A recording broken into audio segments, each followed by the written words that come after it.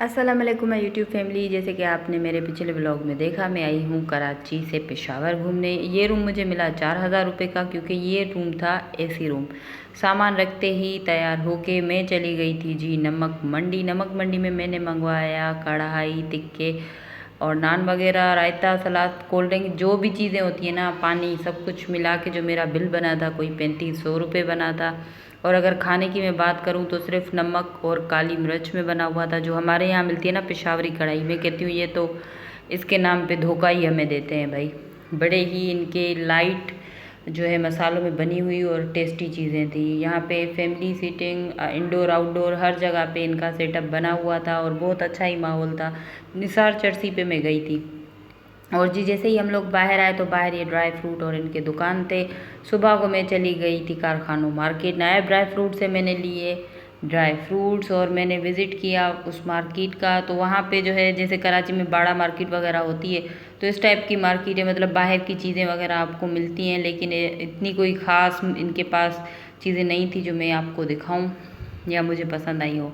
और ये है जी किस्सा ख्वानी बाज़ार। यहाँ पर मैंने खाए काबली चावल। कराची में या दूसरी जगहों पे आप काबली चावल खाओ सिंध में तो आपको मीठे मिलते हैं, लेकिन इनका टेस्ट डिफरेंट था और बिल्कुल लाइट मसालों में थे।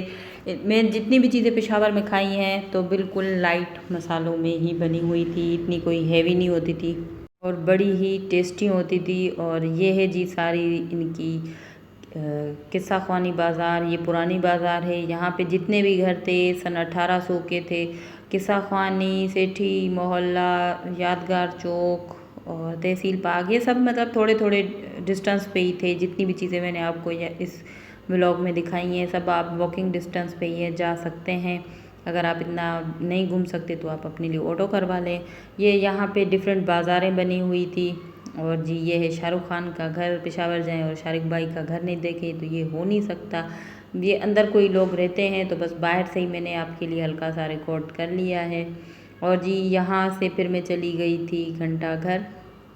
घंटा घर ये सब आपको पता है कि जितने भी कदीमी शहर हैं, पुराने शहर हैं, वहाँ पे घंटा घर लाजमी होता है। ये था जी यादगार चौक और इसके सामने ही थी यादगिरी कुल्फ़ी। मैंने वो खाई और वो कुल्फ़ी भी बड़े मज़े की थी। पेशावर में खाने बड़े सस्ते थे और ऑटो वगैरह के जो रेट्स थे बड़े सस्ते थे।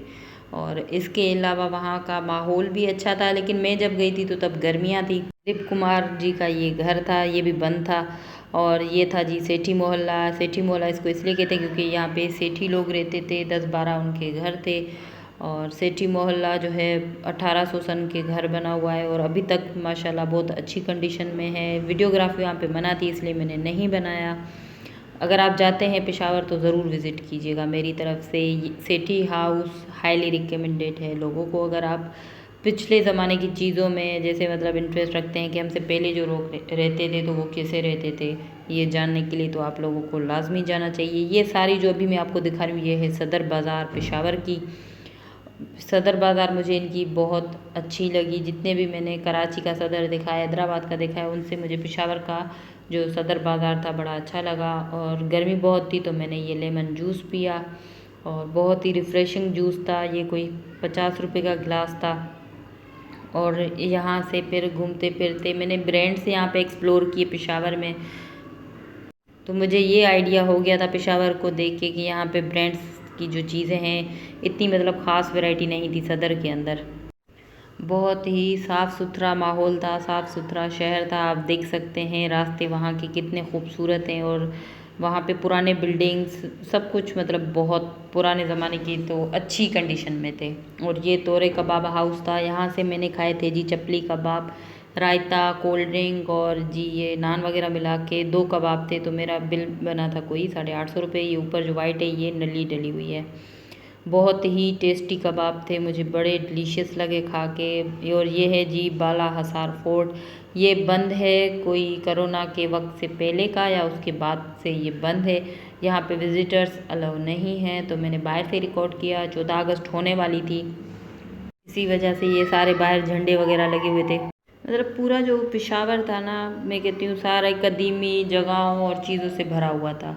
अगर आप नॉर्दर्न एरिया जाने का प्लान करते हैं तो लाजमी आप जो है यहाँ पर भी जाएं। ये है जी पेशावर अजायब घर।